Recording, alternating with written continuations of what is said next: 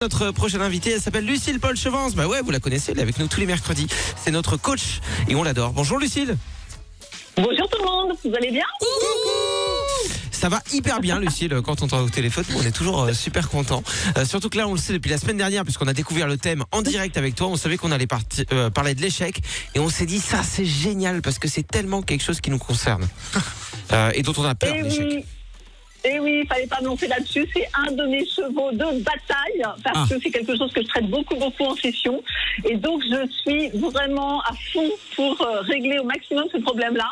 Donc, d'abord, posons les bases. On est bien d'accord qu'on est en train de parler de quelque chose qui n'existe absolument pas, qui est une pure invention humaine. Un animal dans la nature, il se pose pas la question de savoir s'il va être jugé, rejeté, s'il va se blâmer lui-même, s'il ne sait pas courir assez vite, chasser assez vite ou éduquer bien ses enfants. Donc on est d'accord que là, on est vraiment dans une pure création pour s'embêter soi-même. La deuxième chose, à votre avis, c'est quoi le terme scientifique pour l'échec ?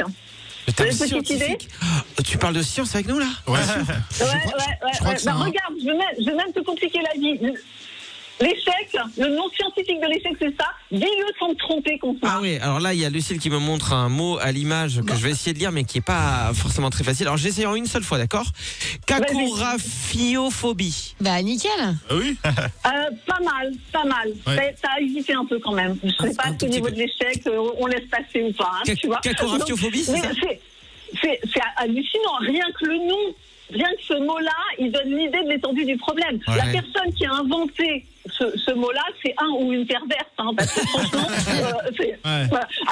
À moins, deuxième solution, que ça soit quelqu'un de très intelligent, qui avait voulu donner une étendue du problème. Parce que vraiment, un mot aussi compliqué pour un truc qui n'existe pas, il faut y aller. Alors, d'où ça nous vient, l'échec ? On commence par le commencement. Généralement, c'est à l'école.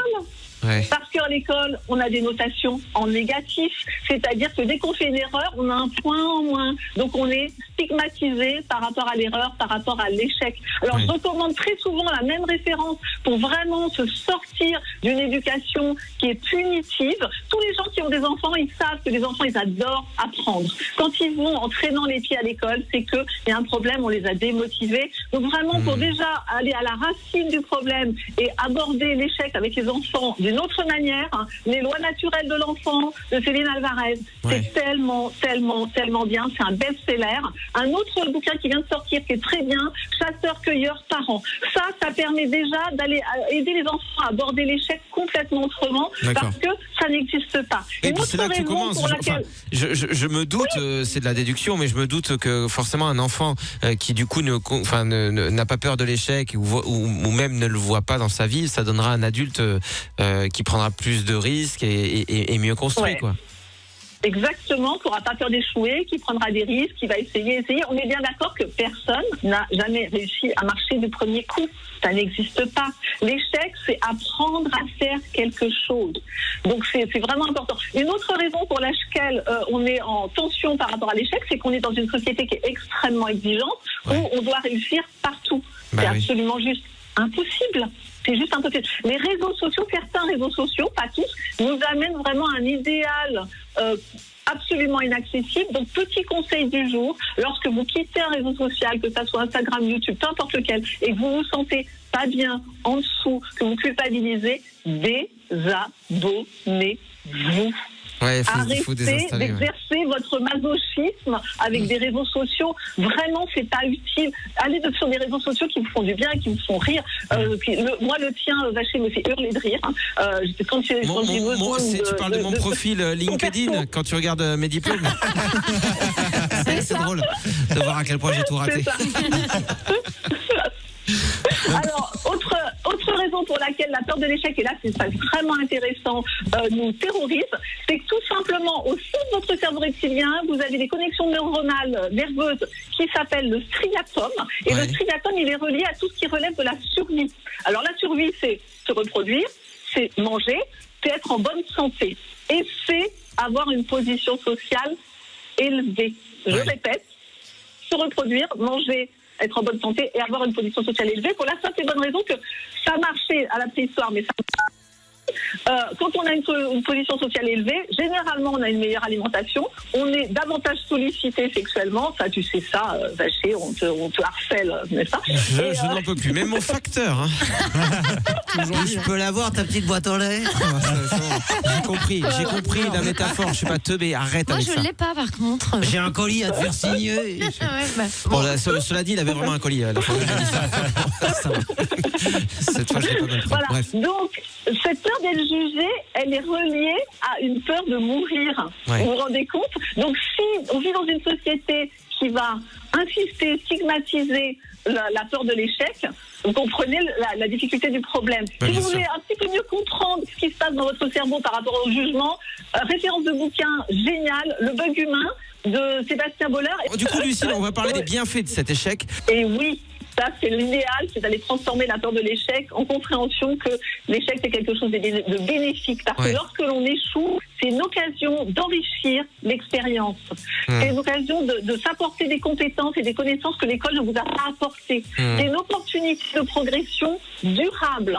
C'est peut-être l'occasion de comprendre que si ça n'a pas marché, c'est juste pas ce qu'il faut faire. Il faut passer vraiment à autre chose et observer, vous mettre votre intention sur quelque chose d'autre. C'est aussi, ça permet, c'est ce que tu disais tout à l'heure, ça permet d'être, quand on a dépassé l'échec et qu'on l'intègre dans un processus, ça permet d'être plus créatif, d'être plus innovant et c'est indispensable pour construire quelque chose de durable. Mais comment tu fais pour pas être... échoué et qu'on s'est amélioré. Oui, comment tu fais pour pas être détruit, excuse-moi, par l'échec, quand par exemple tu as mis beaucoup de personnel, beaucoup d'intimes, tu as vraiment mis tes tripes. Là, je vais prendre un exemple totalement absurde. Mais si j'ai envie de faire des marionnettes chaussettes, voilà, des chaussettes qui ont des bras et des yeux, parce que je trouve ça génial. Mais vraiment, moi, c'est un truc qui me passionne parce que ma mamie faisait ça quand j'étais petit et que ça me touchait trop, je trouvais ça mignon. Ok, je fais tout à la main, j'y passe du temps, des heures pour tout confectionner. Je me dis que c'est un super concept, ça me rappelle plein de souvenirs d'enfance et je me dis que surtout c'est moi. Ce projet, c'est moi, ça correspond avec le message que je veux faire passer. À savoir que les pieds, c'est des marionnettes. Voilà, c'est mon message. Non mais, allez, je veux pas faire trop de blagues en vrai parce que je veux vraiment que vous compreniez qu'imaginez que ce truc, c'est vraiment cher à mon cœur. Le truc se plante. Personne l'achète, tout le monde dit mais c'est con les marionnettes chaussettes, qu'est-ce que c'est débile ce truc, j'en vends 4 et c'est fini. Comment je fais pour me relever de cet échec? Parce que j'y ai foutu mes tripes. Oui, c'est déjà de travailler sur ce qui relève de la résilience. C'est déjà de prendre une étape. Moi, quand je prépare des sportifs de haut niveau aux compétitions internationales et qui se plantent, ça peut arriver, c'est déjà d'aller absorber le moment de déception. Ça sert à rien de vouloir réenclencher tout de suite. Je propose toujours d'être dans un moment de pause et de se dire je m'en fous, je ferai plus rien, ça c'est pas la peine, je passe à autre chose. Parce que ça, c'est un moment où on va se ressourcer en réalité. Donc ça c'est déjà la première chose. Et après, c'est apprendre peut-être à y retourner, après à transformer le projet. Peut-être que sous cette forme-là, le projet n'est pas complètement aligné. Tout simplement, il faut le faire sous une autre forme. Peut-être que c'est tout simplement que d'aller écouter ce que ça fait résonner dans le cœur. Parce que c'est peut-être un projet de compensation. C'est-à-dire que peut-être qu'on se sent désespéré parce qu'on a perdu sa grand-mère et qu'on essaye de mettre ce chagrin-là dans une création. Donc qu'est-ce qui est planqué en dessous de ce besoin? On en avait parlé avec toi, en plus de ça, de la compensation, de des fois faire des trucs, mais on les fait pas vraiment pour les bonnes raisons. C'est juste qu'on vient combler un manque ou un traumatisme d'enfance ou quoi. Ok. Exactement. Tu viens de résoudre un problème que j'ai dans ma tête là. Merci beaucoup. Pour vraiment travailler en profondeur sur ce problème-là, puis commencer à définir ce qui se passe. J'ai parlé des podcasts de métamorphose, j'en ai enregistré un spécialement sur l'échec. À la fin, je propose un exercice justement d'introspection pour aller comprendre ce qui se passe dans la relation à l'échec. Donc ça, on vous met le lien. Bah oui, on va partager, carrément. L'idée, c'est vraiment de se dire que l'échec, on se l'approprie au lieu de le subir. D'accord. On négocie avec. On prend conscience que l'erreur est humaine. On prend conscience si on utilise l'échec pour se blâmer. Est-ce que c'est une bonne occasion d'aller dire ouais, c'est vraiment trop nul, t'arriveras jamais à rien, etc. Donc ça, on prend conscience de quelle est la relation à l'échec et c'est vital. Moi, j'accompagne à longueur de journée des personnes qui déploient des projets dans des domaines très très très différents, professionnels, personnels, enfin. Et vraiment, le but, c'est déjà d'aller les amener à la résilience. Personne n'y arrive du premier coup, je le dis, je le répète encore et encore et encore. Et ça, c'est ma petite phrase à moi. Tout ce contre quoi on lutte se renforce. Donc arrêtez de lutter contre votre peur d'échouer, arrêtez de lutter contre la culpabilité que vous éprouvez, faites-la participer à votre processus de création et de développement de projet. C'est vraiment, vraiment important de s'approprier cette notion d'échec. Moi, ça me rend toujours très, très triste quand je vois des personnes qui sont paralysées, qui sont stigmatisées alors qu'elles font des choses, qui se stigmatisent elles-mêmes, alors qu'elles font des choses absolument merveilleuses, qu'elles ont déjà réussi dans plein d'autres domaines de leur existence et qu'elles butent sur certains projets juste parce que la prise de risque les terroristes. On est nos propres bourreaux, quoi. Faut que ça cesse. Merci pour tout ça, Lucille. En tout cas, on va mettre en lien tous les livres dont tu as parlé et le podcast Métamorphose pour que les gens aient la version longue de tout ce qu'on vient de se dire aujourd'hui avec plus de détails et l'exercice. Merci d'avoir été avec nous, Lucille. Des bisous. À tout bientôt. On se dit à la semaine prochaine. Salut.